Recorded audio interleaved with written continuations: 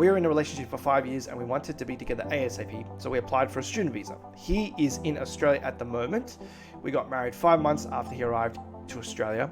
Would there be an issue with our visa? Because on student visa, you are coming to study and return once finished studies, not get married and stay. We didn't know this when we applied and now we're extremely worried. Should we be worried about this?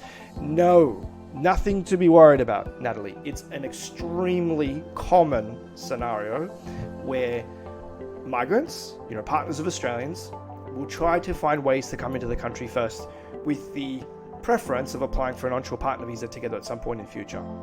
And often the most common vehicles, as I like to call them, into the country are things like tourist visas, visitor visas, or student visas, for those that maybe want a longer term visa that gives them a little bit more flexibility and time in terms of when they can apply for the partner visa.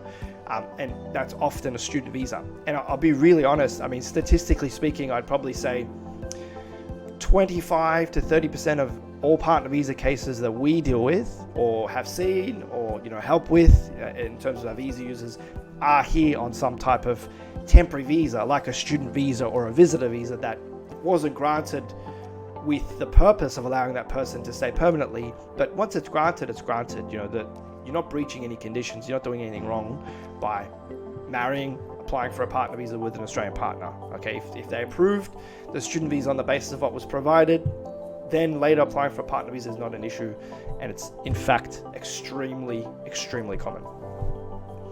I hope that answers your questions, Natalie. Feel free to ask any more, and I'll add them to the broadcast.